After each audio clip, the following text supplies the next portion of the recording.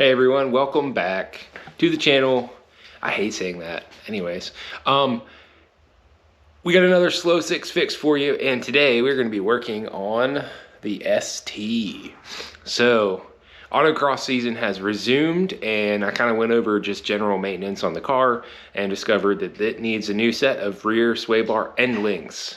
So we're going to be replacing those today. Should be a pretty easy job, fairly straightforward, but here you go. All right, so as replacements, I got these Whiteline End Links. I bought them from Summit, but they're a little beefier. They're also adjustable. My car is not lowered, so that shouldn't really matter. But these are going to be what's going on the car. All right, so this is why these are getting replaced. So here's sway bar end links. You can see these bushings are all dry rotted, and I think it's a little bit bent. Here's the other side. This one's worse. This bushing's completely destroyed. So those are going to be coming off, and we'll be replacing them with some Whiteline set up. And I'm thinking I can actually do this without taking the wheels off, but we're going to see.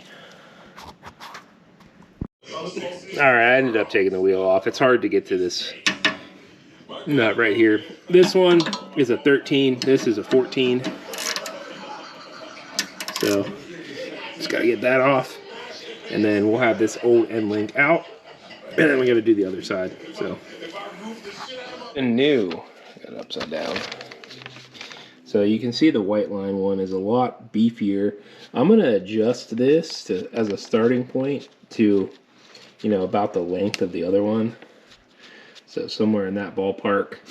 The instructions, there's these little step spacers that go in the mounting points. So, interesting. All right, I got all the old stuff out. So this little washer spacer thing goes in your spindle or hub or whatever you want to call that here. I used this little battery terminal post brush. These are like $1 at the parts store, just to clean that hole out a little bit, to put that back in there. So all we got to do now is just going to put the new end links in. All right, so I got everything loosely mounted.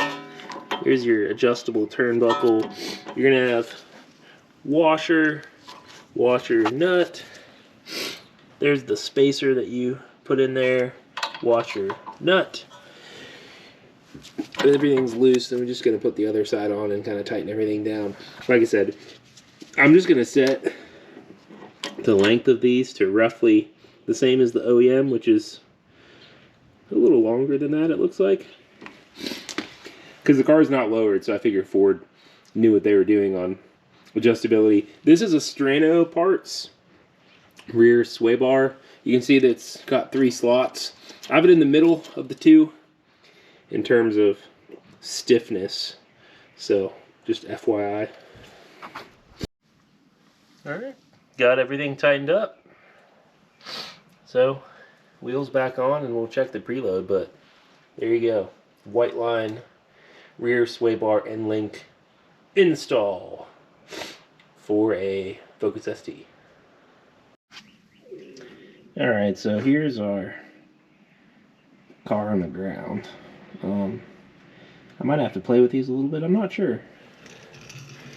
The other side. But